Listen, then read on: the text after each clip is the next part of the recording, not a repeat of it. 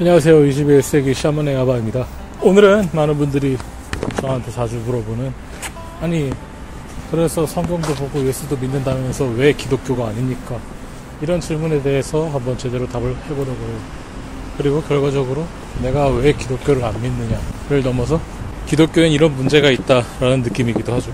뭐 분명 이걸 듣고 많은 분들이 발끈할 수도 있겠지만 어디까지나 저의 생각이라는 거. 저 최근에 요한복음을 다시 읽었었는데요.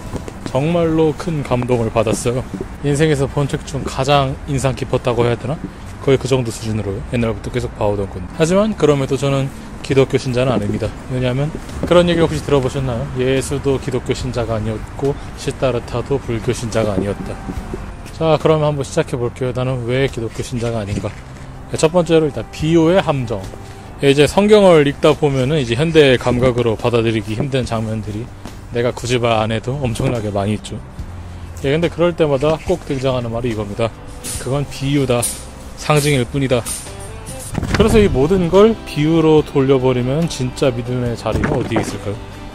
그렇게 따지면 예수의 부활도 비유일 수도 있고요.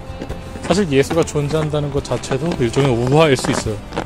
하지만 내가 이런 식의 해석을 들이미는 순간 교회는 말하겠죠. 너 이단. 한마디로 말해서 비유라는 게 자기 편의적으로만 쓰인다 이겁니다. 애초에 17세기 이전에 쓰여진 모든 문서들은 우리가 생각하는 팩트의 기준으로 읽으면 안 되거든요. 나중에 영상 하나 만들게요. 그리고 또 이게 바로 신에 대한 이해라는 대면으로 넘어가죠. 여러분이 좀 조사를 해보면 알겠지만 사실 생각보다 많은 똑똑한 사람들이 신은 존재한다, 뭐 신 존재 증명 이런 거 시도했잖아요. 근데 그런 것들을 자세히 읽어보면 거기서 얘기하는 신은 우리가 생각하는 신이 아니라 뭔가 일종의 형이사각적인 원초적인 존재, 존나 거대한 우주덩어리, 이런 것들을 얘기하는 거란 말이죠. 물론 전부는 아닙니다만 그게 아마 꽤 나름대로 합리적인 설명이라고 생각해서 그런 거겠죠. 네, 물론 이제 그런 식의 증명들도 문제가 많다고 하지만 그런 식의 증명들이 맞다고 해도 절대 기독교인들이 대답하지 못하는 게 하나 있어요.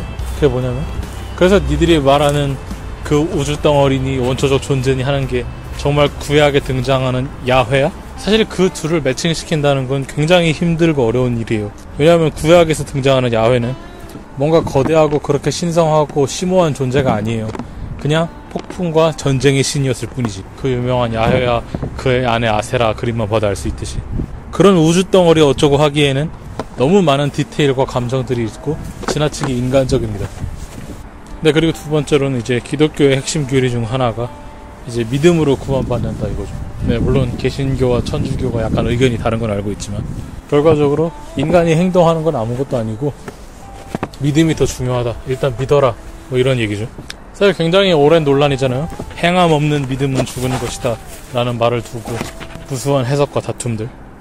근데 저는 진짜 옛날부터 이게 말도 안 되는 거라고 생각했어요. 왜냐면 당연히 행함 없는 믿음은 죽은 것이에요. 거기 이견이라는 거 나온다는 것 자체가 저는 진짜 말도 안 된다고 생각했어요.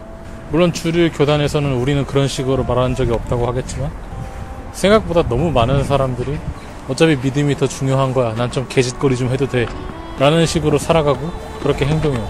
전 이게 단순히 일부 이단 어쩌고 하는 문제가 아니라고 생각해요. 굳이 마르틴 루터가 야고보서에 대해 불만을 드러낸 것만 봐도 알 수 있는 거죠. 그리고 그 다음 이유는 이거예요. 굳이 교회를 왜 나가야 하는가에 대한 이유를 절대 찾아볼 수가 없어요. 납득도 안 되고요. 물론 교회 자체가 나쁘다는 건 아니에요. 거기서 즐거운 시간을 보낼 수도 있고 남을 도울 수도 있는 거니까. 하지만 그렇다고 해서 정말 굳이 교회를 나가야 돼? 라는 질문에 제대로 답을 하는 교인을 본 적이 없어요. 애초에 예수 본인부터가 그런 일종의 시스템과 제도를 말한 적이 한 번도 없었기 때문이에요.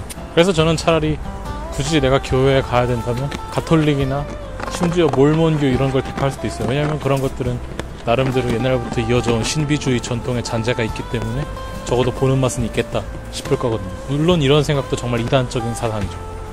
제가 그리고 마지막으로 기독교 신자가 아닌 정말 결정적인 이유는 지금의 기독교는 결과적으로 사랑이 아니라 공포의 종교가 되었습니다. 예, 9월 달에도 휴거 관련해서 이상한 떡밥이 있었죠. 네, 당연히 휴거는 일어나지 않았습니다. 그리고 숱하게 기독교 라벨을 단 사람들로부터 종말론이 오고 가죠. 그리고 평평 지구론을 공부해 보신 분들은 알겠지만 결국 그 끝은 기독교로 수렴하게 됩니다. 대충 성경에 따르면 평평 지구다 뭐 이딴 식의 논리. 근데 중요한 건 왜 이런 것들에 늘 기독교가 불쑥불쑥 튀어나오냐면 지금의 기독교는 결과적으로 공포를 이용해 신도들을 조련하는 시스템으로 돌아가기 때문입니다. 아니 멸망이 온다 한들 한 300년 뒤에 일어나면 자기랑 무슨 소용입니까? 당연히 내일 당장이라도 멸망이 일어날 수 있다고 해야 좀 더 열심히 참여하겠죠. 휴거가 뭡니까? 가장 먼저 선택받지 않으면 남은 지옥 같은 공간에서 서바이벌을 해야 한다. 그 무수한 기독교 계열 음모론들이 이야기하는 건 하나죠. 세상은 너무 악하고 썩어 빠졌고 지옥 같은 공간이다. 그들이 잘못된 것이다. 너는 틀리지 않았다. 우리와 함께 가자.